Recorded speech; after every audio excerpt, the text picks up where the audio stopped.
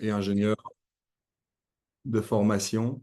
Et donc, ça fait 15 ans que je suis dans le secteur de la construction et que je vois qu'il y a moyen, il y a un potentiel de faire mieux au niveau des matériaux. Et donc, c'est ce à quoi on s'attaque avec Coliseum. Si je vais le résumer sur le slide suivant, hop, si ça passe. Donc, on est vendeur de matériaux de construction circulaires. Alors, qu'est-ce qu'on entend par matériaux de construction circulaires? C'est tous les matériaux qui, si on n'était pas là, nous ou d'autres, bien sûr, seraient éliminés ou au mieux recyclés, mais ne seraient pas réemployés. Et donc, il y a deux sous-catégories qu'on aime différencier chez nous. C'est un, les matériaux de réemploi. C'est des matériaux déjà usagés qui ont été déconstruits et auxquels on cherche à donner une deuxième vie. Et c'est également des matériaux neufs, mais qui sont en fait des matériaux de surplus. Typiquement, des palettes en fin d'un chantier qui peuvent être utilisées sur un autre chantier. Donc, notre métier, c'est de vendre ces matériaux-là. On a un catalogue qui regroupe des milliers de matériaux qui proviennent du coup de différents gisements, comme on les appelle, et on propose ces matériaux à des gens qui sont prêts à construire. Quand je dis des gens, c'est des professionnels, des maîtres d'ouvrage, des architectes, des entrepreneurs qui sont prêts à construire avec ces matériaux de construction circulaire. Objectif, c'est d'un côté de réduire ce qui est gaspillé et de l'autre, c'est de construire pas systématiquement avec du neuf. Voilà, ça c'est dans les grandes lignes. Euh, Niveau de l'introduction et le pourquoi de Coliseum à la base, c'est des chiffres et des concepts, à mon avis, qui sont assez connus parmi vous. Euh, mais on aime les rappeler parce que c'est vraiment notre genèse. C'est qu'on se rend compte qu'aujourd'hui, il y a des défis énormes. Ça, ce que vous voyez devant vous, je ne vais pas entrer dans les détails ici, mais c'est les planètes, les limites planétaires qui montrent que sur certains défis environnementaux, le changement climatique, l'eau, la pollution des sols, la pollution atmosphérique, etc., on voit l'évolution en 2009 où il y avait à ce moment-là 7 limites planétaires définies, il y en a 3 qui étaient franchies. Aujourd'hui, en 2023, il y en a 9 définies, il y en a 6 qui sont franchies. Donc, il y a non seulement besoin d'agir, mais il y a besoin d'agir très vite parce que la situation est en train d'évoluer très vite.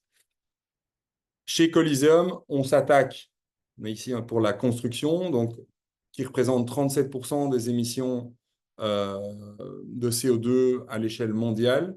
Ce qu'on voit sur le graphe et le message que je veux passer ici, c'est que la phase de construction d'un projet et la phase de la fin de vie d'un projet peut avoir un impact colossal sur finalement ce qu'on appelle le embodied carbone, sur les émissions globales d'un projet. On a beaucoup travaillé, et c'est très chouette sur les dernières années, sur les émissions, mieux isoler le bâti, produire d'énergie plus renouvelable dans le bâtiment. Mais du coup, aujourd'hui, ce qu'on voit, c'est que le gros chunk, la grosse partie sur laquelle on peut encore agir, c'est la phase de construction. Si on résume, aujourd'hui, deux chiffres qui nous parlent fort, c'est que 50% des matières extraites dans le monde, aujourd'hui, elles sont pour la construction, alors qu'au même moment, 33% des déchets produits à l'échelle mondiale le sont dus à la construction. Donc on voit bien là, pour nous, c'est du bon sens de nouer les deux bouts et d'essayer d'un côté de réduire ce qu'on voit à gauche et de faire mieux sur ce qu'on voit à droite. Ça, c'est le contexte. Qu'est-ce qu'on pense? C'est que l'utilisation de matériaux circulaires, donc réemploi à surplus, est un levier très puissant qui peut permettre d'améliorer ce secteur de la construction qui est un des plus impactants au niveau émissions de CO2.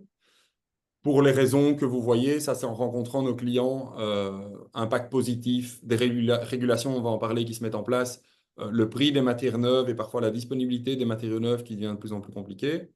Mais il y a des difficultés, il y a pas mal d'obstacles que j'ai moi-même rencontrés sur des chantiers par le passé. Un, c'est que le marché est extrêmement fragmenté. Il y en a parmi vous qui connaissez sans doute Opalis, qui recense tous les acteurs qui vendent des matériaux de réemploi. Mais c'est vrai que c'est très dispersé aujourd'hui. Et donc, c'est très difficile d'avoir un accès à des larges quantités pour des professionnels de manière sûre pour le planning d'un projet. Deux, la logistique est extrêmement complexe. Il y a des gens qui démontent, il y a des gens qui transportent, il y a des gens qui stockent, il y a des gens qui reconditionnent. Euh, et donc, ce qu'on veut, c'est proposer une solution intégrée pour nos clients. Et trois, il y a besoin de fiabilité. On va en reparler aussi sur ce qu'on achète. Quand on achète un matériau neuf, il y a un ATG, on reçoit une fiche technique. C'est entre guillemets facile. Aujourd'hui, le réemploi, c'est pas encore aussi facile, mais on travaille pour. Au niveau, on vient donc sur le cadre réglementaire. Je ne vais pas entrer dans les détails, surtout que je pense que Karine sera plus à même que moi, vu que nous, on est vraiment, je vais vous expliquer de manière pratique comment on gère cette situation. Mais ce qu'on voit, c'est qu'il y a deux types de réglementation. Il y a les accélérateurs et il y a les freins. Ici, ce que je veux vous partager, d'abord au niveau des accélérateurs, c'est les éléments qui sont aujourd'hui en place et qui évoluent très vite pour pousser à ce réemploi, utilisation de matériaux de réemploi sur les projets. Un, de manière très explicite, il y a la taxonomie européenne qui fait que maintenant, pour financer les gros projets, euh, il va y avoir de plus en plus besoin, pour avoir ces green loans, de mettre en place des initiatives circulaires. Taxonomie européenne qui dit aussi qu'il y a des critères substantiels sur lesquels les maîtres d'ouvrage doivent agir. Alors, c'est selon la taille des bâtiments, des immeubles de bureaux de plus de 5000 m² sont plus contraints que des plus petits projets. Je ne vais pas entrer dans le détail ici. Il y a aussi des critères DNSH, Do Not Significantly Harm, sur certains facteurs, dont l'économie circulaire. Donc, cette taxonomie européenne, dont le premier acte est entré en vigueur au 1er janvier 2024, va de plus en plus pousser les États membres à inclure dans leur marché public, en tout cas, et pour certains grands projets, euh, des obligations en matière de circularité et en matière de réemploi. Ça, c'est une chose qui est explicite. Maintenant, de manière implicite, ce qu'on voit, c'est qu'il y a beaucoup d'incitants euh, dans certains marchés publics. Il y a des appels d'offres qui peuvent être remportés grâce à des points. Si on parle du BREEAM, si on fait un inventaire de réemploi dans son projet avant une déconstruction, eh ben, on peut avoir des points supplémentaires. Donc, ça peut permettre, en tout cas pour des entreprises, de gagner des marchés publics. Donc, il y a de plus en plus d'incitants et il y a des accompagnements. Circular Wallonia, Bicircular à Bruxelles, Vlaanderen Circular en Flandre, Rénolution. Donc, il y a de plus en plus d'accompagnement. Mais aujourd'hui, ce que vous voyez en bas sur la conclusion, c'est que on est plutôt encore sur une logique d'incitation que sur une logique de contrainte. Ça, c'est ce que nous, on constate au jour le jour.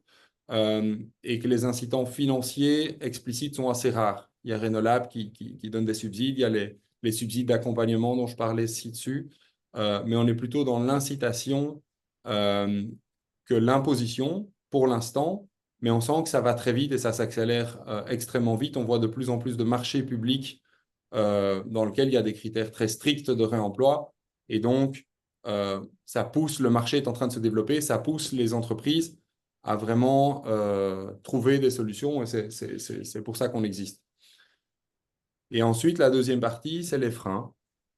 Et les freins, tous les jours, on les rencontre et on voit que ça bouge très vite. Donc, il y a des choses qui évoluent très vite. Mais c'est le cadre normatif, principalement par rapport à la réglementation PEB, le cadre normatif qui dit aujourd'hui un matériau, il y a une fiche technique, il y a un ATG. Pour ces matériaux, on n'en est pas encore là pour le réemploi. C'est-à-dire que quand on est quand on cherche, un acteur cherche à acheter des matériaux de réemploi, eh bien, il n'y a pas encore un ATG ou une fiche technique en bonne et due forme. Ce qu'on fait, nous, chez Coliseum, c'est qu'on rassemble toutes les informations disponibles, fiches d'information technique, on fait éventuellement des tests, mais pour l'instant, ça reste du pragmatisme, on écrit du bon sens et du courage, mais c'est finalement une gestion de risque assez pragmatique pour dire, ben, on va mettre un revêtement de sol, on va mettre une porte, et on va peut-être pas encore mettre une une poutrelle métallique. Euh, par rapport au risque qu'il peut y avoir. La deuxième chose, c'est la responsabilité, responsabilité et assurabilité. C'est qu'aujourd'hui, on voit que entre un maître d'ouvrage, entre un architecte, entre un entrepreneur, ben, il y a une gestion des risques qu'il faut bien gérer entre les parties. Euh, et que aujourd'hui, il ne faut pas que le constructeur, enfin, il faut qu'aucune des parties ait vraiment plus de risques. Et de nouveau, on va sur des matériaux simples. On est en contact, nous, avec des assureurs. Euh, on donne une garantie d'1 an sur nos matériaux, mais c'est clairement quelque chose qui doit encore évoluer, tant l'aspect normatif que l'aspect responsabilité, pour pouvoir en fait, pouvoir arriver, notre idéal, ce serait qu'un jour, acheter des matériaux de réemploi soit aussi simple et aussi fiable que d'acheter des matériaux neufs, mais c'est quelque chose qui va mettre encore un peu de temps à se mettre parfaitement en place. Et puis, il y a les obstacles. Il y a la réglementation urbanistique. Quand on fait une demande de permis en amont d'un projet, souvent on dit, voilà, mes châssis vont faire telle dimension. Et malheureusement, on a parfois une trop grande rigidité qui ne permet pas ensuite de dire, j'avais un châssis d'1,56 m sur 2,62 m. Et si on change la dimension des châssis, on a un problème avec son permis. Donc ça, c'est un frein, mais on voit de nouveau de la flexibilité qui se met de plus en plus en place. Euh, Idem pour les marchés publics. Donc les conclusions de ça, c'est qu'il n'y a pas encore une législation très spécifique sur ces ces matériaux pardon, de réemploi. Euh, il y a une législation existante qui est vraiment adaptée par rapport au neuf, hein. On est dans une philosophie du neuf et c'est en train de bouger très vite. Et je pense que euh, Karine en parlera d'initiatives qui se passent chez Seco sur beaucoup de matériaux, tant pour recertifier le processus de réemploi, hein. Je parlais de démontage, transport, stockage, reconditionnement, etc. Il y a des certifications qui se mettent en place sur les processus et sur des lots de matériaux, notamment avec Buildwise, par exemple. Il y a des initiatives pour essayer, en fait, d'arriver sur certaines catégories de matériaux à des équivalents de neuf et pouvoir apporter de la confiance, justement, aux acheteurs. Maintenant, je vais rentrer sur qu'est-ce qu'on fait et concrètement, comment est-ce qu'on peut aider à faire se développer cette filière du réemploi. Donc, c'est résumé en une ligne, mais donc Coliseum, on fournit des matériaux de construction circulaires à des professionnels. Et quand on dit on fournit, c'est qu'ils sont livrés sur site. L'objectif étant que ce soit très simple pour l'acheteur. On veut absolument que les professionnels de la construction aient une solution simple et ne doivent pas eux-mêmes envoyer une équipe qui va démonter, puis une équipe qui va reconditionner, et puis eux-mêmes contacter des laboratoires, et puis faire la logistique. Non, on veut que ce soit livré sur palette comme des matériaux neufs sur chantier. Réemploi et surplus, je vous ai expliqué, réemploi, c'est vraiment des matériaux usagés. Surplus, ça peut être des surplus de chantier ou des surplus de fabricants. Et ça a deux raisons. Un, ça élargit l'offre dans notre catalogue, donc ça permet de répondre à des demandes larges, mais ça crée aussi une dynamique pour les acteurs qui veulent se lancer dans le réemploi. Acheter un surplus d'isolant ou un surplus de revêtement de sol ou un surplus de sanitaire, c'est pas trop compliqué. Et une fois que ça se passe bien avec des surplus, donc pas du neuf qui sort du magasin, mais quand ça se passe bien avec un surplus, ben souvent c'est une première étape vers du réemploi qui est un peu plus ambitieux et puis livrer à des professionnels parce qu'on pense que si on veut changer l'impact du secteur de la construction, bah, il faut s'attaquer à des quantités larges, il faut s'attaquer à des projets larges. On n'attaque pas un projet sur 150 matériaux, on va plutôt se concentrer sur un, 2, 3, 4, 5 matériaux qui ont un impact environnemental important. Et on va dire sur ces matériaux, on va ensemble avec le maître d'ouvrage, avec l'entreprise, avec l'architecte, idéalement avec les trois, avec les bureaux d'études, avec tous les interlocuteurs, essayer en fait, de concrétiser ces ambitions de réemploi. Les trois choses qu'on fait, c'est que, et notre cœur de métier, c'est d'avoir un catalogue pour fournir une large gamme de matériaux dans des quantités importantes, hein. Donc, ce catalogue, il rassemble en un endroit des matériaux qui peuvent être dans un inventaire de construction d'un immeuble, chez un revendeur de matériaux isolés, je vais dire, des surplus de chantier, des surplus de fabricants. Et donc, tout ça est rassemblé sous un même catalogue. Et ce qu'on fait, c'est qu'on a une demande. On travaille en fonction de la demande. On match cette demande avec notre catalogue. Quelqu'un dit je cherche 100 portes ou je cherche 1000 m² de revêtement de sol ou 1000 m² d'isolant. On va matcher cette demande avec notre catalogue et on va automatiquement générer un devis avec une annexe technique qui est la fiche d'information technique et une annexe commerciale qui est le prix euh, pour répondre à cette demande. Donc ça, c'est vraiment notre cœur de métier, la disponibilité. Et puis, ce qui est en termes de qualité et de logistique, ben, c'est ce que je viens d'expliquer, c'est d'essayer d'avoir avec les bons partenaires, peut être Seco, qui peut être Buildwise, mais beaucoup d'autres, euh, de rassembler les éléments techniques et si besoin d'aller faire des tests en labo pour permettre que la transaction se fasse, pour donner toute la confiance nécessaire à l'acheteur. Et pour la logistique, ben, c'est finalement chez Coliseum, c'est de s'assurer que le transport, le stockage temporaire éventuel et le transport final vers le chantier soit organisé. On fait ça de nouveau avec des partenaires. Notre cœur de métier n'est pas de faire de la logistique, mais par contre, on pense que c'est absolument nécessaire pour que la transaction se fasse de manière simple. Et donc, très pragmatiquement, comment ça fonctionne? Quelqu'un qui recherche des matériaux, le plus tôt il nous contacte, le mieux. Il doit nous transmettre trois éléments, ce qu'on appelle la qualité, hein, la description, les spécifications techniques. Un, c'est qu'est-ce que je cherche? Je cherche un carrelage de 60-60 d'épaisseur 9 mm ou je cherche une porte de dimension 83 sur 201,5, mais nous donner les dimensions de base pour qu'on puisse faire une proposition.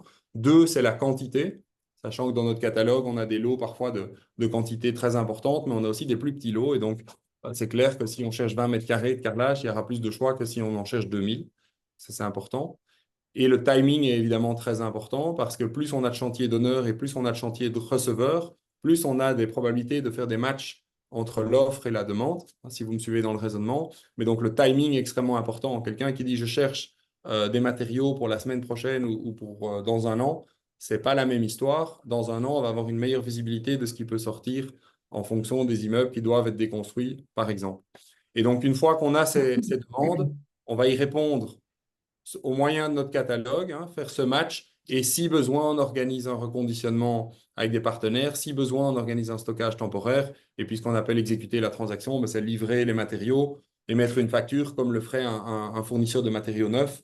Et on fournit également une analyse CO2 de l'opération, l'économie CO2 qui est réalisée par l'achat de matériaux circulaires par rapport à du neuf.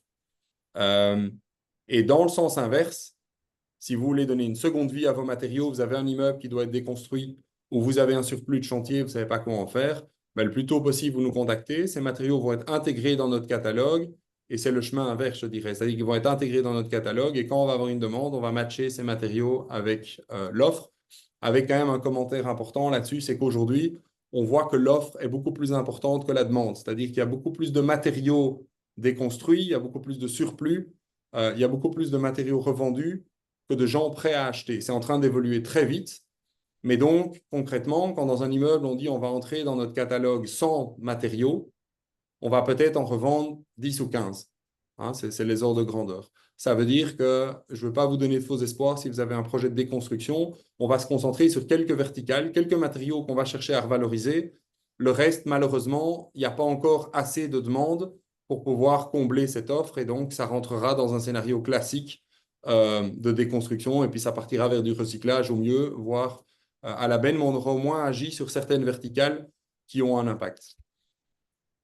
Voilà, et quelques photos à titre illustratif. Ça, c'est un extrait de catalogue, mais vous pouvez retrouver sur notre site si vous êtes intéressé ou me contacter si vous cherchez des lots en particulier. Fiche d'information technique, c'est le genre de fiche qu'on produit. Donc, ce n'est pas une fiche technique, c'est une fiche qui rassemble les spécifications du produit, éventuellement les quantités, est-ce qu'il y a des petits défauts, qui évalue l'opération CO2. Là, vous voyez, c'était des surplus d'isolant en laine de verre, cet exemple-là. Ben, on économise 9 kg de CO2 par mètre carré en achetant ces matériaux qui sont là, en l'occurrence, quasi comme neufs, mais on fait cette analyse pour chaque lot. Euh, et je vous montre encore quelques exemples de projets. Ça, c'est un lot de bois. C'était le toit d'un immeuble à Bruxelles qui a pu être utilisé pour une terrasse. Ça faisait environ 200 mètres carrés. Ça, c'est des surplus de panneaux Héraclite qui ont été réutilisés depuis un chantier, un gros chantier de construction à Bruxelles vers un autre chantier de construction à Bruxelles. Ça, c'est des dalles de faux plafond d'un bâtiment de la Commission européenne qui ont pu être utilisées sur un gros chantier de construction à Bruxelles. C'est quelques exemples. On est multimatériaux pour l'instant, mais il y a quand même, et vous le verrez si vous êtes intéressé en allant sur notre site, il y a quelques catégories de matériaux, les revêtements de sol, les isolants, le bois, les éléments extérieurs, tout ce qui est parement extérieur, tout ce qui est sanitaire, où on est quand même un peu plus spécialisé, on a des lots de manière plus récurrente, donc on est capable de répondre à des demandes assez larges. Euh, j'ai envie de vous dire, il faut, dans cette filière du réemploi, on est un petit peu au début de quelque chose. On essaye de mettre ça à l'échelle, mais donc il faut que la demande soit là. Donc ce qui est vraiment intéressant, c'est d'essayer. Et ce qu'on voit, on a beaucoup de clients qui essayent un premier case, et puis en fait, ça se répète, et on crée une dynamique en montrant que ça marche sur un ou deux matériaux, et puis on étend la chose à des plus gros projets. Voilà, je pense que j'ai consommé mon temps. Merci beaucoup. Magnifique, Marc-Antoine, merci. Oui, tu es parfaitement dans les temps qu'on avait mis en place. Très, très belle présentation. Je pense qu'il y a de quoi en discuter à la fin. Maintenant, je vous propose peut-être de passer à la présentation de Karine Yernaud, donc qui est spécialiste chez Seco. Euh, Bonjour à Bonjour. tous. Alors, je vais partager ma présentation.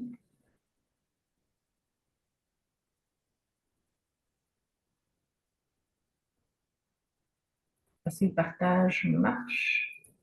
Pour l'instant, non.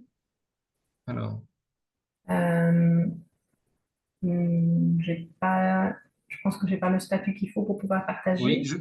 normalement, maintenant, tu es co-hôte.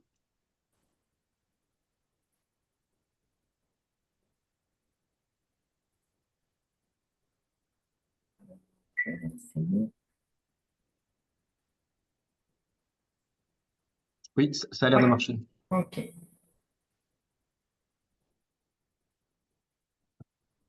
Elle est toujours là? Oui, Ah, parce que moi, je ne la vois plus. Euh,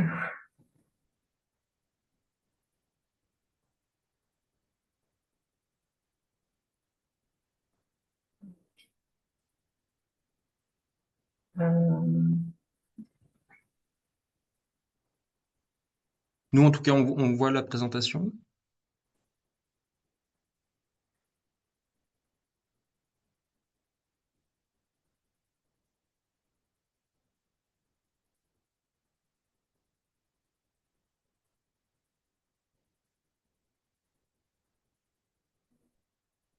ok.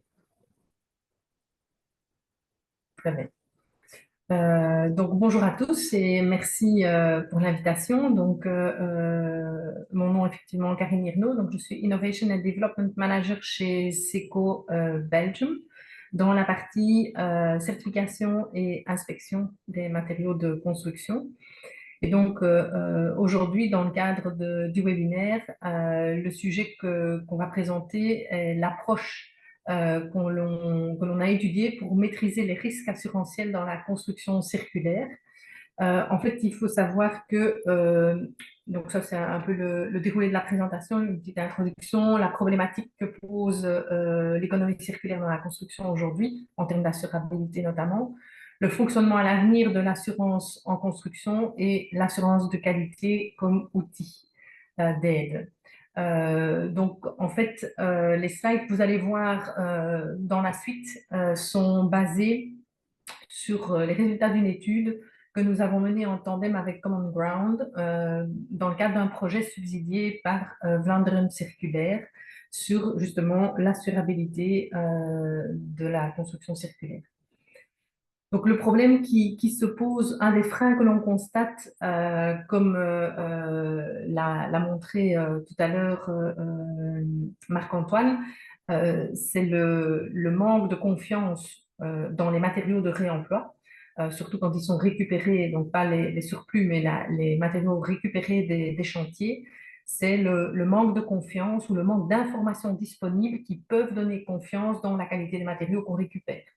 Et donc, le gros frein au niveau des professionnels, que ce soit les architectes ou les entrepreneurs, c'est qui va me couvrir en cas de litige, en cas de sinistre. Est-ce que mon assurance va jouer? Comment je fais? J'engage ma garantie décennale et derrière, moi, j'ai personne pour garantir ce risque, contrairement à la situation avec des produits neufs.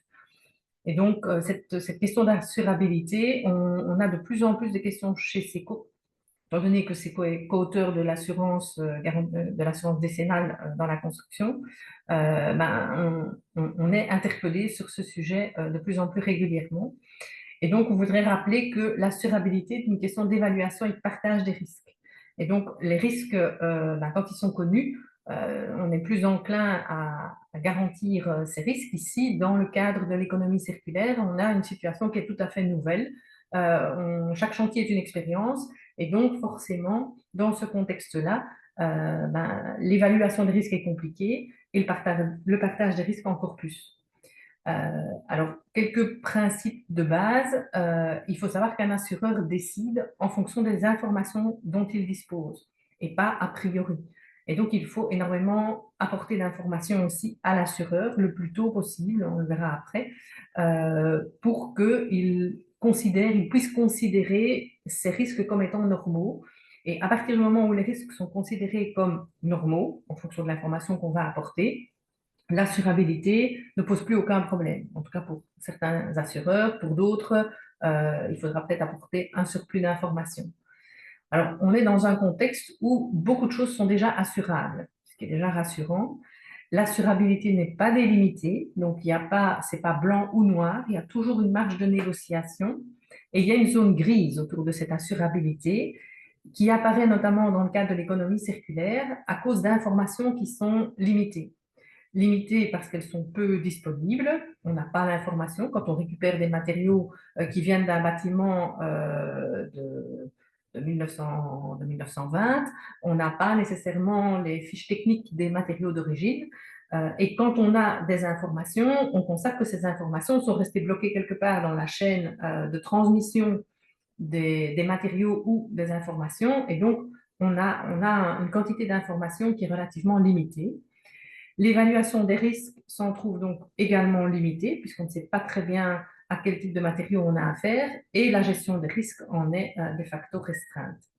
Alors, aujourd'hui, la gestion actuelle de cette zone grise dans laquelle il y a une marge de négociation, comment est-ce que ça se passe des deux côtés, donc du côté des preneurs d'assurance et des assurés, on constate que face aux matériaux de réemploi, les gens ne sont pas toujours conscients des risques qu'ils prennent à réutiliser des matériaux de réemploi ou à choisir certains types de matériaux.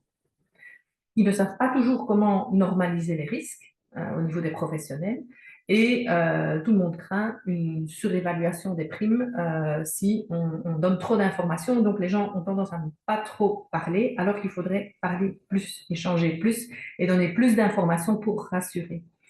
De l'autre côté, les assureurs, de par leur métier traditionnel, sont plutôt réactifs par rapport aux dommages plutôt que proactifs. Ils ne posent pas non plus nécessairement de questions et encore moins de questions sur la construction circulaire parce que simplement ils ne connaissent pas très bien le sujet. Ça commence à s'améliorer, mais il y a une prise de conscience aujourd'hui parce qu'il y a beaucoup de questions qui arrivent, mais ce n'est pas maîtrisé. Et donc là aussi, l'information est primordiale.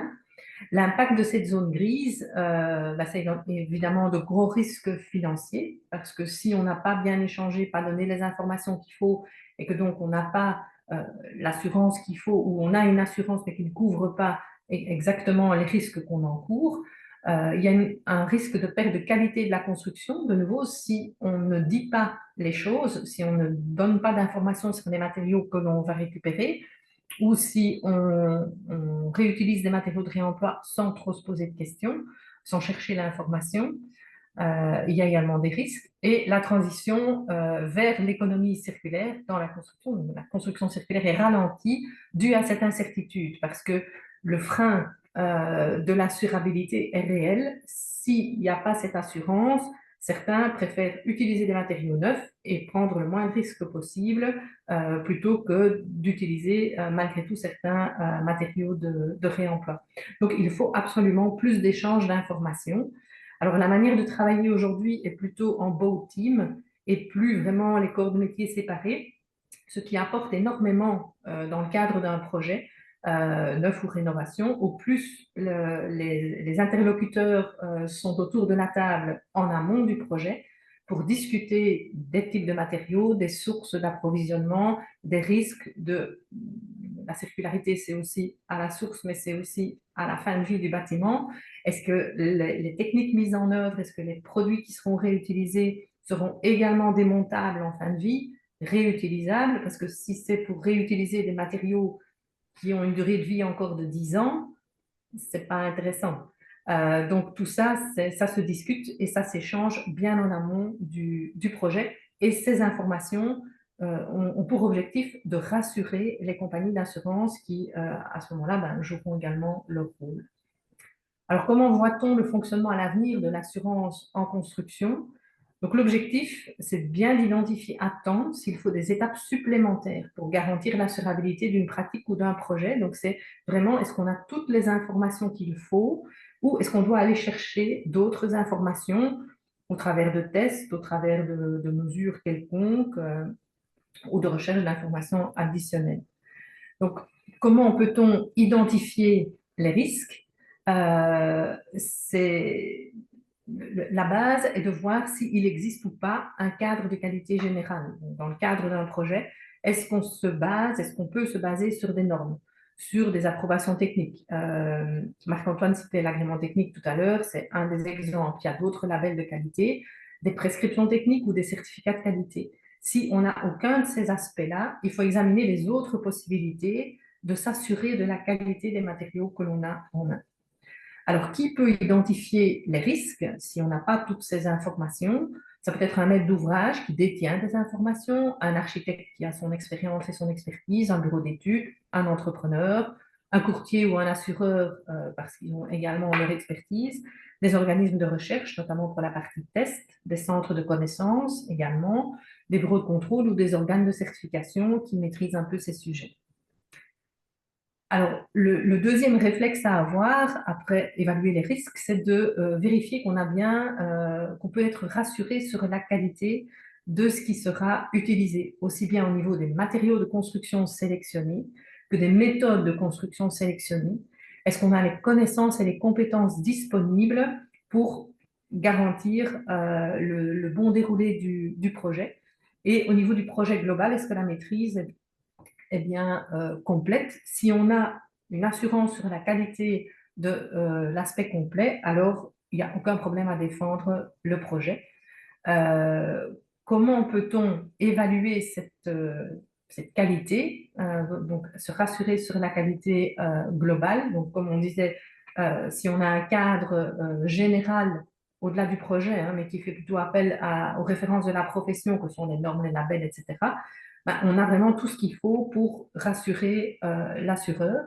Par contre, si on n'a pas ces éléments disponibles, on peut faire appel à un cadre de qualité externe. Donc, Je on vais va juste faire appel tracer parce que je suis un truc, mais à un expert, merci.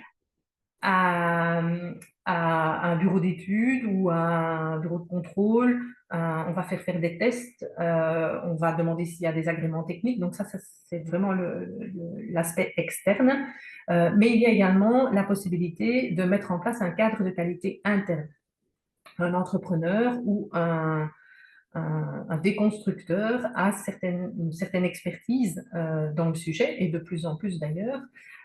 Et donc, il y a des processus qui se mettent en place dans les entreprises, chez les déconstructeurs, et ces processus peuvent être documentés et deviennent vraiment des méthodologies qui ont pignon sur rue.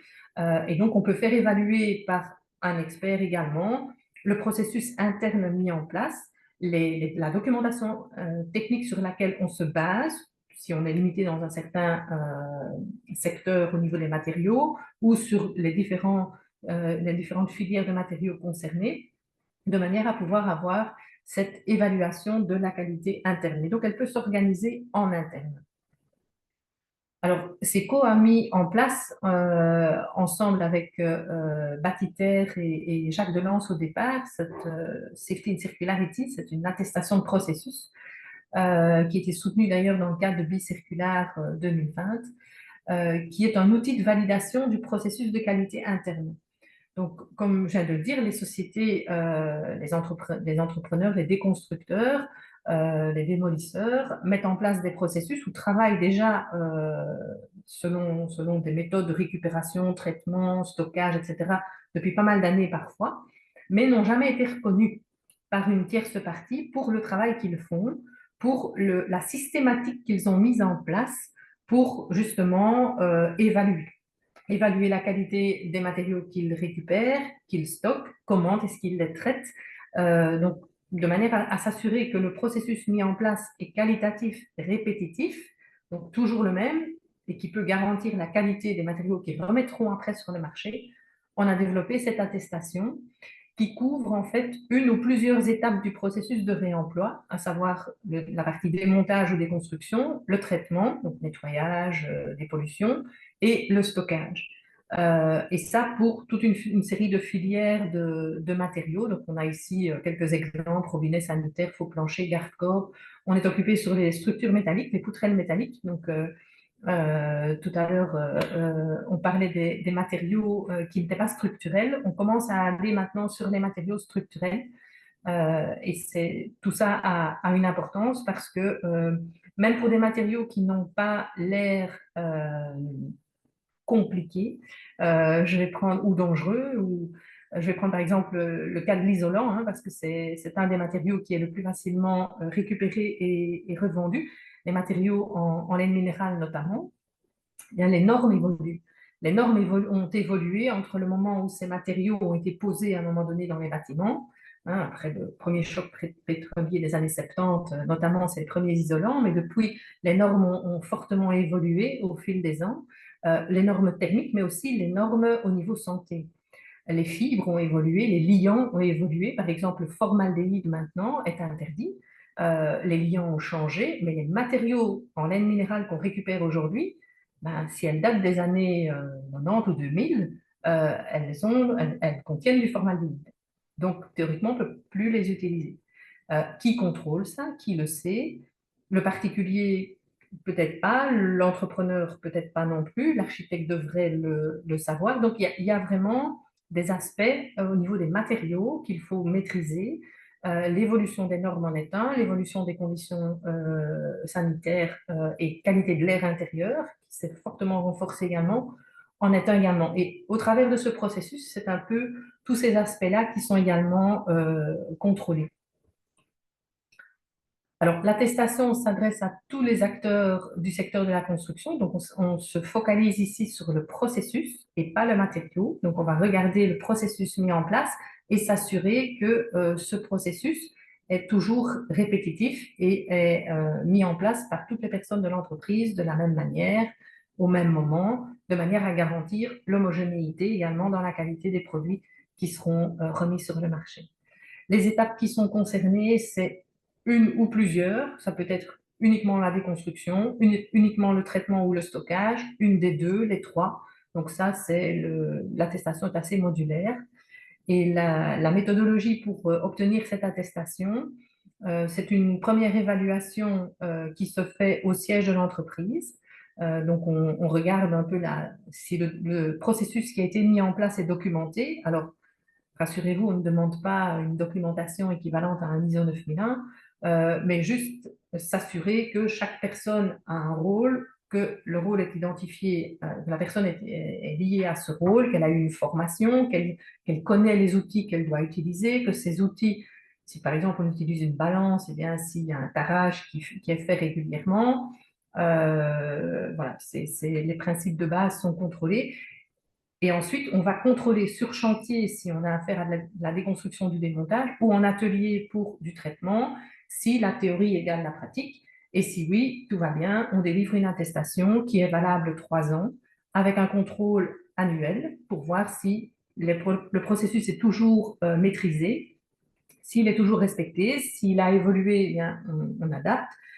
Et on relabellise après une période de 3 ans. Donc, cette attestation est tout à fait reconductible. Alors, finalement, qu'a-t-on en main? L'entreprise qui demande cette attestation, eh bien, il y a une attestation à proprement parler qui illustre les étapes du réemploi et les typologies de matériaux concernés. Donc, comme vous voyez brièvement illustré ici, on met une petite icône au croisement entre la filière de matériaux et l'étape du réemploi qui a été concernée. Cette attestation est évolutive, donc elle va suivre la vie du processus dans l'entreprise. S'il y a d'autres filières qui s'ajoutent, s'il y a d'autres parties du processus de réemploi qui sont concernées, elle va évoluer. Elle est donc délivrée pour 3 ans reconductible et ces informations sont publiées sur le site web de Safety and Circularity en toute transparence. Donc, ça permet aux architectes qui veulent travailler avec des sociétés qui sont attestées, par exemple, de consulter le site et d'aller voir, moi je souhaiterais travailler avec une société attestée pour les briques ou pour les isolants ou pour les poutrelles métalliques et voir qui il est, qui ne l'est pas et si cette attestation est toujours en ordre de validité. Lié à l'attestation, il y a un bulletin d'attestation qui est délivré également par typologie de matériaux, où là, on détaille un petit peu plus ce qui a été contrôlé pour chacune des phases. Donc, on voit ici dans l'exemple, les phases démontage et traitement sont concernées. Eh bien, on va retrouver les différents éléments du démontage ou du traitement qui ont été effectivement contrôlés et qui font l'objet de l'attestation. Comme ça, de nouveau, en toute transparence, on sait pourquoi la société est attestée, pour quelle filière et pour quelle phase. Et puis, nous proposons un template de fiche produit, mais qui est tout à fait facultatif. On a prévu ce template parce que on a listé, on liste en fait pour chaque typologie de matériaux les différents critères qui sont obligatoires d'obtenir pour que le produit puisse être réutilisé dans son usage original. Je prends l'exemple des faux planchers techniques. Pour un faux plancher technique, il faut une résistance au feu. Il faut connaître la résistance au feu, sinon on ne peut pas l'utiliser, il y aura un problème avec les pompiers. Dans le cadre du réemploi, s'il faut refaire des tests, déjà le test est destructif et ça coûte pas mal d'argent en fonction des quantités à réemployer. On n'a pas toujours cette information. Et donc, dans la fiche technique, on liste les critères qu'il faut absolument déclarer ou remplir pour pouvoir réutiliser le matériau dans son usage original. Si je reprends l'exemple de l'isolant, un isolant en laine minérale, on ne va peut-être pas refaire un test sur la valeur lambda d'un isolant X si on a besoin de 50 mètres carrés ou de 200 mètres carrés parce que le test va coûter trois fois plus cher que le matériau. Et donc, on va déclarer la valeur par défaut. Mais c'est important de le savoir parce que, on dit toujours, une information qu'on n'a pas, c'est aussi une information. Ne pas connaître la valeur exacte, la valeur lambda exacte d'un isolant, c'est important. Ça veut dire qu'alors on prendra la valeur par défaut, mais pour l'architecte qui doit concevoir le projet, savoir qu'il prend une valeur par défaut et pas la valeur réelle, va peut-être doubler l'épaisseur de l'isolant qu'il doit mettre en œuvre. Et donc dimensionner sa charpente, si c'est le cas échéant, différemment que s'il avait eu un isolant avec une valeur lambda optimale. Donc, ce sont toutes des informations qu'il est important de lister et savoir si on possède cette information, oui ou non. Et donc, ce template existe, mais il n'est pas du tout contraignant, il est proposé. Et donc, il y a également un site web qui permet de donner beaucoup plus d'informations sur l'attestation en elle-même. Donc, vous avez les informations ici, le lien et également une adresse mail pour toutes les questions spécifiques dédiées à l'attestation. Et que je vous invite évidemment à consulter par la suite. Voilà, j'espère être également resté dans le timing. Magnifique, oui, tout le monde est resté dans le timing. Je pense que c'est super important vu qu'ici on est à la période un petit peu de la pause de midi, mais que voilà, il y a pas mal d'architectes qui se mettent devant nos webinaires pour un petit peu s'informer sur les différentes thématiques qu'on propose. Moi, j'ai trouvé en tout cas que les deux interventions étaient super complémentaires. Je pense qu'on aura encore plus d'informations pour voir un petit peu tout le panorama avec les intervenants de la prochaine séance. Donc, on aura quelqu'un de chez Arco et on aura une architecte de l'ULG qui a réalisé un projet en réemploi. Et donc, je pense qu'ici, on aura vraiment mis un petit peu toute la chaîne de valeur en commun et voir les différentes positions à la fois sur le terrain et puis à la fois sur plutôt le cadre ou les attestations. Peut-être avant de commencer à regarder les questions dans le chat, moi, je me demandais par rapport au niveau des certifications et des attestations. Ici, on était beaucoup sur l'attestation, bien sûr, donc des monteurs ou des démolisseurs ou des inventoristes. Est-ce qu'on pourrait imaginer aussi peut-être une attestation ou un gage de qualité par rapport aux architectes qui auraient un espèce une expertise particulière quant à la réutilisation de matériaux? Vous parlez d'une attestation de compétence alors? Oui, idéalement, oui. Est-ce que c'est quelque chose que vous faites déjà, que je sais que vous attestez de pas mal de labels de qualité? Est-ce que c'est quelque chose qui existe? Est-ce que c'est en cours de? Non? Non, nous n'avons pas de certification du côté architecte. Les certifications de compétences de personnes qui existent aujourd'hui sont plutôt chez les peintres industriels, par exemple, les soudeurs, etc. Mais pas au niveau des architectes. Par contre, l'attestation pourrait reconnaître la compétence dans les phases de documentation préliminaire à un démontage ou la constitution d'un dossier ou des choses comme ça. Mais quelque part, ça fait déjà partie de la mission de l'architecte. Donc, est-ce qu'ils ont besoin d'être attestés pour ça? C'est une bonne question.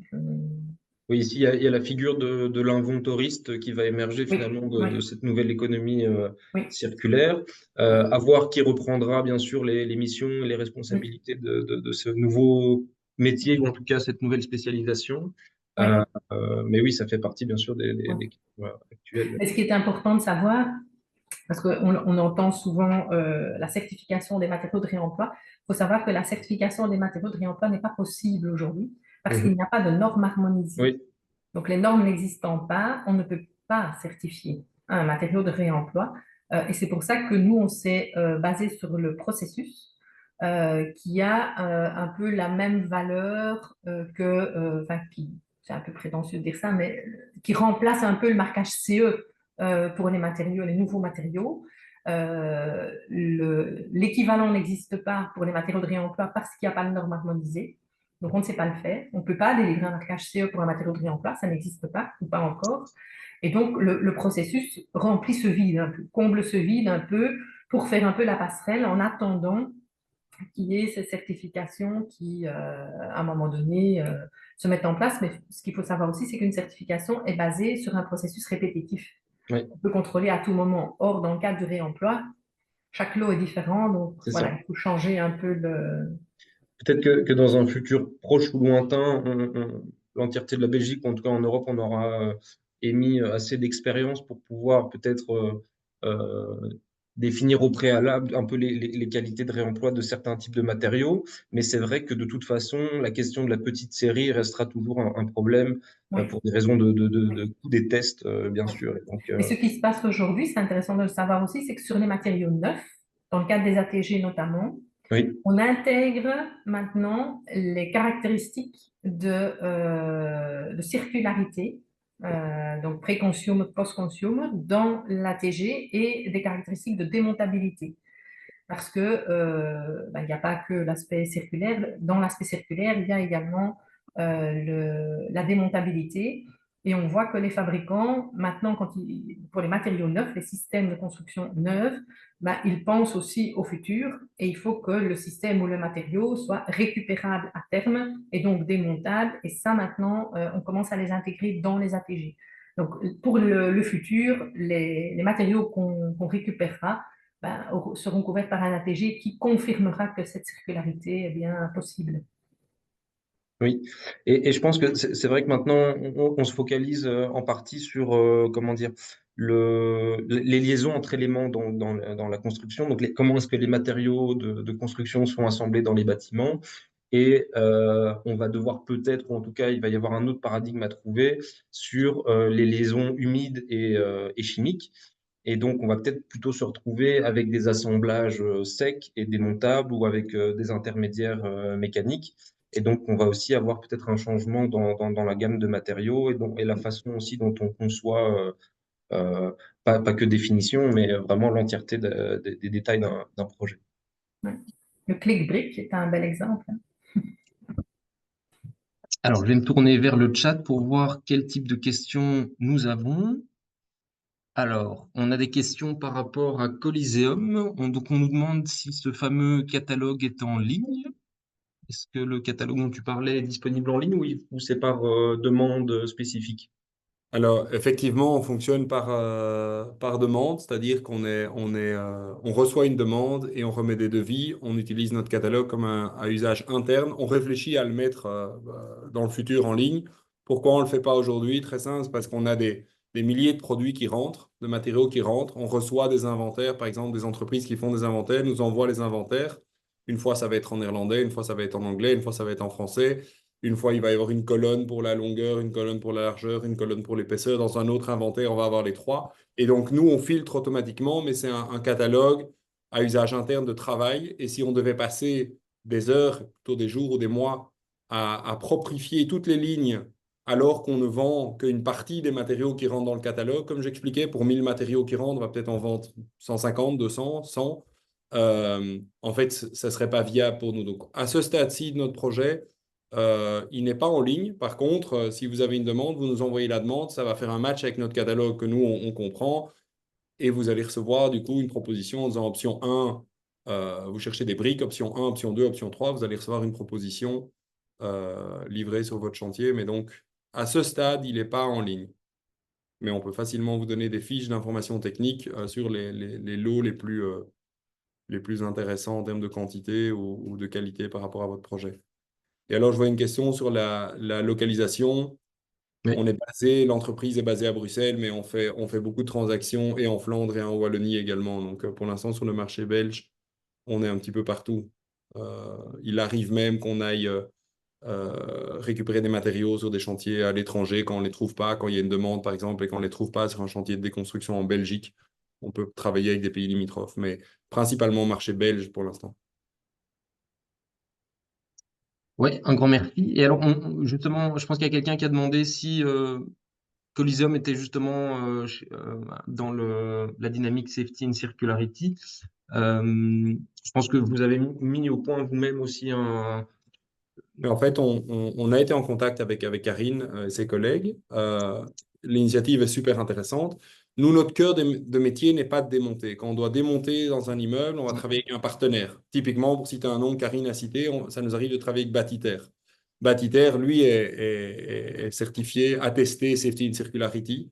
Quand on reconditionne, on va travailler avec un partenaire. Notre cœur de métier, c'est de mettre en contact cette énorme offre et demande en matériaux et de faire les matchs à grande échelle. On a un entrepôt pour du stockage temporaire, donc on fait des choses physiques lorsque c'est nécessaire, mais on essaye de faire surtout levier avec cet écosystème où il y a plein de partenaires très compétents. Donc, on estime qu'aujourd'hui, comme on est sur plein de matériaux différents, c'est compliqué à ce stade de se certifier de manière multimatériaux. Donc, on préfère travailler avec des gens dont c'est la spécialité. Mais par contre, c'est clair que Seco apporte là un chouette levier parce qu'on parle de confiance, de fiabilité. Ben, pour nos clients, c'est très important, cet aspect safety in circularity. Et l'autre chose qui est très importante, et ça va demander encore un peu de temps, c'est de certifier des lots de matériaux. Ouais.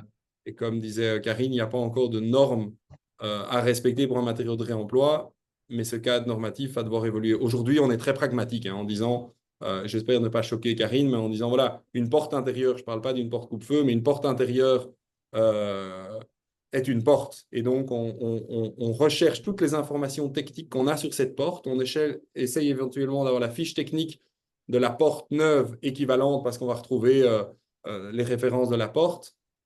Mais voilà, si c'est une porte coupe-feu, c'est totalement différent, on s'entend. Mais pour des matériaux simples, on essaye d'avoir beaucoup de bon sens et de pragmatisme. C'est notre approche.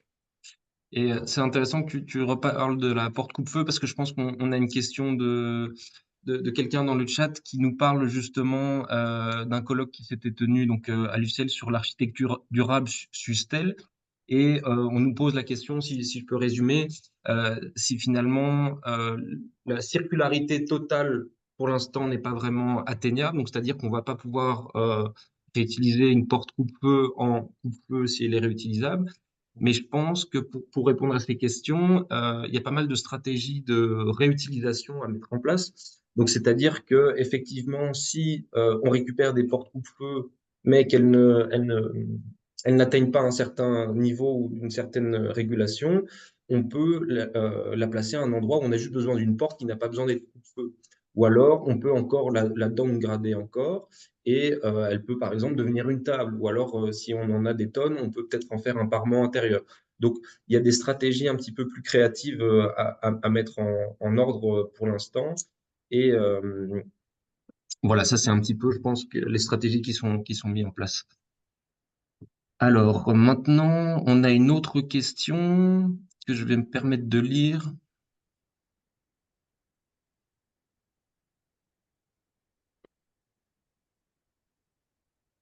Alors, j'ai l'impression que il y a plusieurs questions dans la question de Vincent. Peut-être pour commencer, j'ai l'impression qu'on nous parle de quantité de matériaux de réemploi. Et peut-être que là, je vais plus me tourner vers Marc-Antoine. Est-ce que selon toi, le réemploi est aussi applicable, bien sûr, dans les plus petites habitations familiales ou sur des chantiers de taille un petit peu plus réduite? Alors, Au niveau bon sens environnemental, certainement. Au niveau viabilité économique, euh, c'est un peu plus compliqué. On l'a fait énormément au début. On a fait beaucoup, beaucoup de transactions avec des particuliers sur des petites quantités. On a appris énormément de ces transactions et on a aussi appris qu'avant d'être rentable, viable pour toutes les parties, il faudrait que la demande explose. Il faudrait un volume beaucoup plus important. Donc, c'est vrai que, comme c'est demandé là dans la question, c'est vrai que se déplacer pour 2 madriers, par exemple, on va vendre, je dis quelque chose, 5 euros du mètre, un madrier de 4 mètres, on va vendre 20 euros, 2 madriers à 40 euros. Bah, avec le coût de la main-d'œuvre en Belgique aujourd'hui, C'est pas possible. c'est Ouais. pas possible. Donc, effectivement, il y a des quantités minimales pour lesquelles euh, on arrive à mettre cette initiative à l'échelle. Pour des toutes petites quantités, on dit souvent à nos clients, ben, essayez de fonctionner avec les marketplaces, les réseaux sociaux, parce que là, c'est vraiment de particulier à particulier. Au niveau des professionnels, en fait, il y a un service qui est rendu et on n'arrive pas à être économiquement viable sur de toutes petites quantités. C'est là où je pense, où effectivement, vous qui devez finalement gérer des stocks et ces stocks et ces déplacements coûtent assez cher, au final, sur des petites séries comme ça ou des petites quantités d'objets, ça va pas bien marcher. Donc c'est vrai qu'à mon avis, ça va être plutôt l'échelle locale ou justement un peu ce tissu peut-être social qui va permettre de récupérer des madriers sur peut-être une maison qui va se construire à 200 ou 1 kilomètre plus loin. Et donc maintenant, ça, c'est des pratiques aussi qui arrivent chez les concepteurs, c'est de faire justement des cartes de sourcing, voir s'il y a d'autres maisons qui sont en train d'être déconstruites, etc. Donc ça, c'est intéressant. Je sais aussi que pour les fournisseurs de matériaux, il y a certains types, comme tu l'as dit, de matériaux qui sont entre guillemets tout le temps demandés. Donc tu sais que tu vas avoir un turnover de ce matériau-là assez rapidement, et d'autres où il va peut-être rester dans le stock 3-4 ans. Et alors là, c'est une perte sèche. Donc je pense que ça dépend un petit peu des classifications de matériaux et donc de leur quantité. Ouais. Alors, on a encore une question sur le CODT. Donc, finalement, on parlait d'une flexibilité qui arrivait donc dans les régulations et dans les marchés techniques, publics, pardon. Euh, Est-ce que tu saurais nous en dire un petit peu plus ou... Mais on voit sur le CODT, je ne le maîtrise pas pour Ouais. être fou, mais on voit quand même que on a de plus en plus de maîtres d'ouvrage qui peuvent, et donc j'imagine que les pouvoirs publics deviennent plus flexibles là-dessus, remettre des permis avec des baies de dimension, par exemple, adaptives, où elles ne sont pas figées. Donc on voit des projets qui vont dans le bon sens à ce niveau-là, mais c'est le début, et je ne maîtrise pas assez le... Oui, effectivement, je pense que dans le projet Rénolution à Bruxelles, il y avait un bureau d'architecture qui avait justement proposé plusieurs solutions, plusieurs chemins. Donc, c'est-à-dire que la façade et le placement des baies allait varier un petit peu en fonction du sourcing, hein, en fonction des éléments de, enfin, des fenêtres qu'ils allaient retrouver. Et donc, ça, c'est quelque chose qui va peut-être commencer à rentrer dans les pratiques. Je pense que ça reste quand même encore un petit peu, pas à la marge, mais en tout cas à la pointe. Et je pense aussi au projet Rosica, donc à Anderlecht, où le bureau d'architecture a gagné finalement le concours en proposant plusieurs types de typologies, plusieurs types euh, de projets en fonction justement des différentes possibilités de récupération qu'ils avaient retrouvées. Donc, c'était pour une construction d'un Reciparc et donc ils avaient besoin d'une couverture assez simple finalement et ils avaient 3 sites potentiels desquels récupérer différents types de poutres et en fonction des dimensions des sites, ils avaient fait 3 petits projets ou en tout cas 3 variations du projet sur les dimensions des poutres à récupérer. J'espère qu'on aura donc répondu à ce type de questions. Alors, nous avons Angela qui nous demande, Alors, si, je pense que la question, si je peux la résumer, c'est comment pourrait-on augmenter la demande sur le marché? Alors, moi, je pense que c'est en cours, hein, comme euh, Marc-Antoine et Karine l'ont dit, il y a énormément d'incitation par des projets où il y a des subsides ou en tout cas il y a des aides par rapport à la conception circulaire. Et je pense que au fur et à mesure, on va accumuler donc des expériences d'autres architectes qui vont par des conférences ou par d'autres moyens un petit peu diffuser les nouvelles pratiques. Les pouvoirs publics, bien sûr, émettent énormément de fiches techniques et de fiches de principe pour un petit peu diffuser ce type de savoir. Donc, je pense que petit à petit, ça va arriver, le marché va augmenter. Alors, est-ce que on arrivera à des 20, 30, 40% de réemploi? Ça, c'est plutôt l'avenir qui nous le dira. Là, pour ajouter, Arnaud, je pense que Oui, les pouvoirs publics ont aussi un vrai rôle. Par exemple, en France, c'est clairement plus avancé qu'en Belgique. ouais, Il y a maintenant des obligations et pas seulement des incitants dans beaucoup de marchés publics. Et ouais, je pense que les maîtres d'ouvrage, les architectes ont aussi le rôle là-dedans. Il y a quelques années, on disait le marché n'est pas prêt à. Ben, aujourd'hui, on tend à prouver et je pense qu'il faut partager ces bonnes pratiques, oui, euh, que c'est possible. Et que si dans un cahier des charges, il est mis que X% ou tel matériau doit provenir d'une filière de réemploi, il y a des solutions. Donc, bon, je ne vais pas entrer dans des considérations politiques, mais on pourrait parler de la TVA sur les matériaux oui, de réemploi qui pourrait être plus basse que la TVA sur les matériaux neufs. On pourrait effectivement. parler des cotisations sociales sur la main-d'œuvre des gens qui travaillent dans la filière du réemploi. Finalement, on crée de l'emploi en Belgique qui a moins d'externalités négatives que d'aller commander des palettes de matériaux en Chine. Donc, il y a pas mal de choses à faire pour les pouvoirs publics et je pense que le marché commence à se structurer pour y répondre. Donc, il y a des incitants publics. Enfin, il y en a plein d'autres. Je pourrais en parler longtemps, mais je m'arrête. C'est vrai, tu as raison de reparler de la France. Je pense que la France a émis, il me semble, un pourcentage dans les marchés publics d'architecture. Donc oui, à mon avis, c'est la situation vers laquelle on arrivera en Belgique. Ici, on est encore dans la phase plutôt d'incitation. Donc c'est bien finalement de prendre le pas maintenant et de se documenter, déjà de faire un petit peu peut-être comment dire, des tests dans des projets actuels. Alors, on a d'autres questions.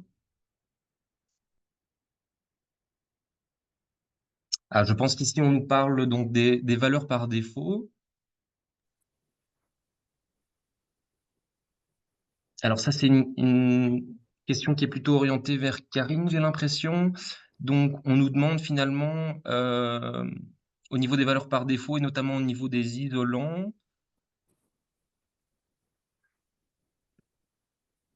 Oui, alors je la relis, hein. Donc, pouvez-vous nous faire part de vos réflexions à ce sujet, par exemple, dans le cas d'isolants, les diluer davantage dans des catégories ou des périodes de production? Si oui, qui devrait faire ces démarches? Alors, je ne comprends peut-être pas très bien.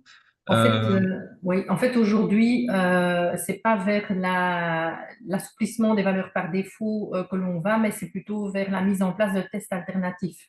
ouais, Par exemple, pour la valeur lambda, la VUB est occupée à mettre au point un test alternatif ouais, avec le support des fabricants, parce que les fabricants sont soumis aux mêmes contraintes, hein. Faire tester une valeur lambda d'un nouveau matériau, bah, ça prend du temps, ça coûte beaucoup d'argent. Et le timing et le côté budget jouent aussi très fort pour les matériaux de réemploi. Et donc, c'est plutôt vers des tests alternatifs assouplis. Donc, ils ne respectent peut-être pas toutes les règles d'accréditation que l'on se dirige plutôt que vers une révision des valeurs par défaut. oui, effectivement. Oui. Je pense qu'il y a ce test qui est en train d'arriver qui va permettre de faire des tests rapidement et peu cher. Et donc là, je pense que sur les Mm. isolants, ça va avoir un véritable impact. Oui. Et pour lier un petit peu la logique de la circularité et de la performance énergétique, je pense que c'est vraiment le lien à faire. On a besoin d'isolants de réemploi. Il faut bien sûr mettre en place des isolants biosourcés de plus en plus, mais on va devoir aussi arriver à une masse critique d'isolants et donc on va devoir les trouver quelque part. Mm. Alors, je ne suis pas sûr qu'on mettra les présentations PDF en ligne. Euh, voilà. Alors peut-être qu'on on va peut-être demander aux intervenants de notre côté s'ils voudront bien qu'on mette la présentation en ligne. Dans ce cas-là, alors on la diffusera sur les réseaux, mais pour l'instant, voilà, ça c'est en discussion. Je ne sais pas s'il y a d'autres questions encore dans le chat. Quelqu'un qui veut donner peut-être un avis ou une intervention particulière?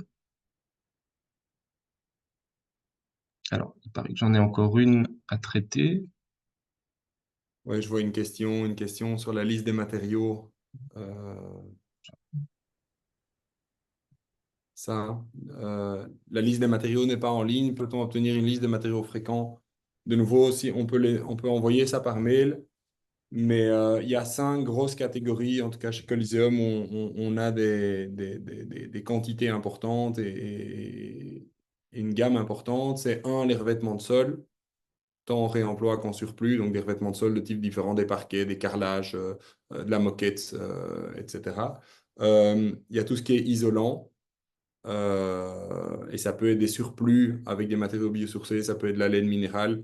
Enfin voilà, il y a différents types d'isolants. Tout ce qui est extérieur, briques, pierres de façade, clinkers, dalles de béton, enfin voilà, tous des matériaux, soit de parement de façade, soit d'abord extérieur. C'est quelque chose où on a assez bien de disponibilité. On a pas mal de bois. Donc on parlait des madriers, mais en plus grosse quantité, des chevrons, des madriers, des portes, des bardages en bois intérieur. Extérieur, c'est plus compliqué, mais en tout cas intérieur. Et puis 5, c'est tout ce qui est sanitaire. Et énormément dans les sites de déconstruction, d'éviers, de radiateurs, de toilettes, par exemple, qui peuvent être mises à disposition. Ça fait toujours peur, les toilettes, parce que je vois que tu souris, Arnaud, mais Non, mais je vous c'est quelque invite quand chose même, qui parce se réemploie assez bien, en fait. Oui. on se fait souvent challenger là-dessus, mais je vous invite quand même à réfléchir. Quand on achète un appartement ou une maison, est-ce qu'on remplace la toilette directement? Je pense que non. Enfin, moi, je ne l'ai pas fait en tout cas. Et donc, indirectement, on fait du réemploi. Et donc, pourquoi ne pas, pourquoi ne pas? Mais je sais que ça fait peur. Mais je pense qu'il y a des techniques, justement, comme c'est de la céramique, etc., ça peut subir des traitements et ça peut être remis à un niveau pas loin du neuf, en tout cas visuellement. Tout à fait. Et je sais que euh, je pense que dans les stocks, les toilettes de réemploi qui sont vraiment remises à style neuf partent extrêmement plus vite. Donc c'est vrai que dans cette question du réemploi et de la circularité, il y a aussi dans le regard des consommateurs ou des prescripteurs de matériaux, il y a aussi un travail à faire pour se rendre compte que voilà, ici on est peut-être dans des logiques encore un petit peu plus brutes où on est en lien justement avec le chantier ou avec des zones de stockage, etc. Et on n'est plus dans, comment dire, finalement, des espèces de showroom magnifiques, mais en fait, le produit est là, il est écologiquement responsable, il est tout aussi efficace, et donc voilà, il y a aussi un petit travail sur les mentalités qui arrivera au fur et à mesure. Avec une qualité qui est souvent bien meilleure parce qu'on a Oui, réutilisé comme ça une dizaine d'éviers d'une école des années 60 et en fait le lavabo en céramique sont d'une bien meilleure qualité qu'un lavabo bas de gamme chez Brico qu'on va acheter aujourd'hui. Donc une fois que c'est reconditionné, on a pour un prix inférieur une qualité bien meilleure. Donc effectivement, il y a aussi un sujet d'évolution des mentalités qui est en cours, hein. C'est en oui. train de bouger assez fort, ce qui est chouette. Et alors, peut-être pour terminer, c'est vrai qu'il y a aussi, par exemple, la catégorie des chauffages. Donc, il y a énormément de chauffages en fonte ou en tout cas de meilleures factures qui sont possibles de récupérer, qui sont même plus produits et qui ont des capacités thermiques et de diffusion supérieures au modèle qu'on a maintenant. Donc, c'est vrai que même, c'est pas qu'on est même au même niveau de qualité, c'est parfois on a d'autres caractéristiques qui ne sont plus trop présentes dans les produits actuels. Oui. Voilà, on va peut-être clôturer ce premier webinaire. Donc, la fois prochaine, nous aurons Steven Delman de chez Arco qui nous parlera peut-être plutôt du penchant responsabilité de l'architecte dans la prescription des matériaux de réemploi dans un projet de construction. Et donc, Anne-Françoise Marie qui nous parlera donc de sa rénovation de l'Institut de botanique de l'ULG avec différents matériaux de réemploi, notamment un bardage en bois. Voilà, donc n'hésitez pas à partager peut-être à vos collègues ou à vos amis sur les autres réseaux sociaux. Vous pouvez toujours vous inscrire pour la deuxième séance donc sur le site de l'UA, dans le catalogue des formations. Et alors, je vous invite aussi également donc à regarder le site de l'UA et nos différents réseaux sociaux. On diffuse toute une série d'informations assez intéressantes pour les praticiens de l'architecture.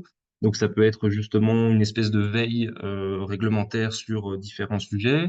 Nous dispensons finalement aussi pas mal de fiches sur des principes de conception durable et, euh, et également tout un catalogue de formations. Et alors, je vous invite aussi à regarder notre proposition d'accompagnement. Donc, nous accompagnons finalement des petits bureaux d'architecture sur euh, leur conception durable de leur projet. Et donc, on a une interaction pendant quelques séances où on fait finalement des petits tours de table. On essaye d'évaluer un petit peu où se trouve le bureau en termes de conception durable. Et ensuite, on va venir proposer différents types de supports et de conseils. Voilà. Je remercie encore les intervenants qui ont bien voulu participer à ce webinaire. Je pense qu'on a eu des présentations de qualité, mais à la fois liées donc au terrain et aux dernières nouvelles réglementations. Voilà. Merci Excellente pour fin de journée à tout l'invitation. le monde. Un grand merci. Merci. Merci. Au Au revoir. revoir. Au revoir.